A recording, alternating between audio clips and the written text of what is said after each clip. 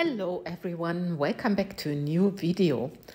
I'm using today the Druzy Coaster Duo Mold from Molds&Shapes, and you see I'm brushing my Druzy edges with this pen, and this is a Chameleon Pigment pen from Just Paint from Petra Jungblut, and you may have seen Petra using it in our collaboration and also in other videos. And I have these pens for I guess 3 or 4 years already. I don't know exactly, but I thought I use them. Petra reminded me that I have them due to her videos, so she inspired me to use those pens again, and I used the number 841. And look at this. It's not completely colored like you would use a brush, but I think it's not necessary. So you will see later the edge, and I wonder what you think. Anyway, I want to pour 2 different pours, and I want to do a sort of crackle effect in the first one, but I want to achieve a delicate crackle effect. So I have here my ultracast resin I mixed from Let's Resin, the Plum, a Chameleon Pigment, and I'm just pouring it on top of my clear resin. And then the second color is a mixture of white and pearl. So I used the pigment drops from Etta Art, and I used the interference pearl. And this is going to be my second color. And I'm not going to use more colors. These are the 2 colors I'm using. So you see, I just poured it into the mold. Then I just take clear resin again. And then I was doubting which color to use next, but I'm using the plum color. You will see it here. I pour it on top of my clear resin, then again my mixture with the pearl and the white. And then I just use my clear resin and I just fill it up again. And then I'm using the pearl mica again, so this time the pearl mica first. I mean the white mixture with the pearl. And then my plum color. And again, I use a little bit of clear resin till my mold is full. So I have no idea how this is going to turn out, also with the edges of the mold, because remember, when I painted them with those brushes, with those, it's like eyeshadow brush, basically, as a little sponge. You don't have the edges completely brushed. So I'm really curious about the effects. And then I'm just using here my white stones, which I love to use. And I have some silver glass stones, which I just put into the center. Those stones, they are from a sort of dollar shop. It's called Teddy. It's a German shop where you can buy really nice things, and they're not so expensive. So now I'm busy with my second coaster, and I put clear resin around the rim because I want to achieve a web effect. And I'm using again my color, the plum color, the Chameleon Pigment. And I have my white mixture, there is the pigment drops, and there's a little bit of the interference pearl from Etta Art.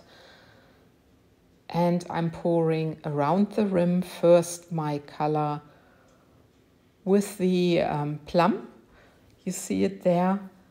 Then I'm using next to it or on top of it, it doesn't matter so much, my white color.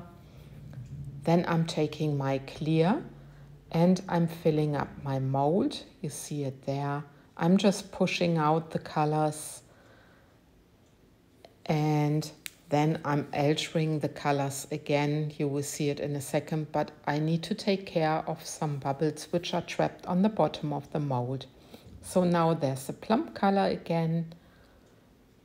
And for me, this way of pouring the web effect is really the best way of pouring the web effect. I get the best results pouring this way, also on top later after I filled up my mold.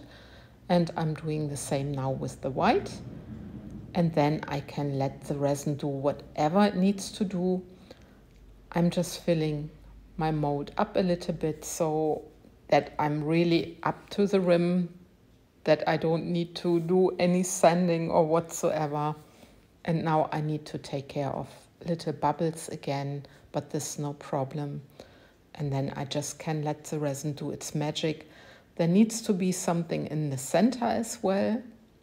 Yeah, there are still some bubbles which are trapped.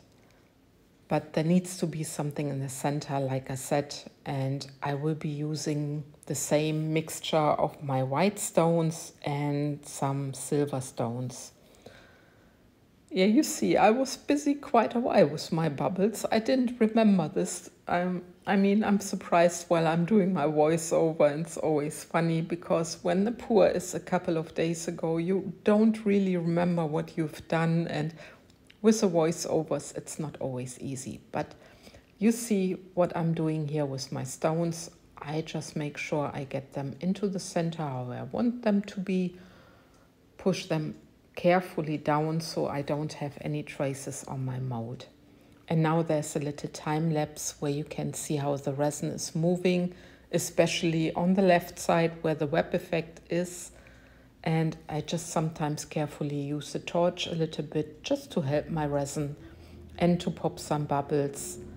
So no worries. When you use the torch, like I'm always saying, be careful not to burn your resin or your mold.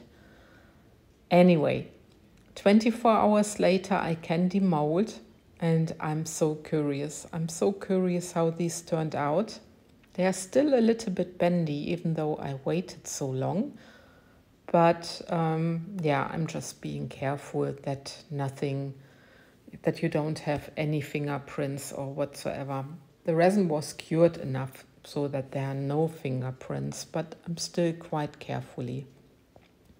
So now let's have a look for the crackle effect. I'm very curious. Look at the rim, by the way, and look at this. I personally like it. I think it looks like a tile which has a lot of cracks, and I really like it.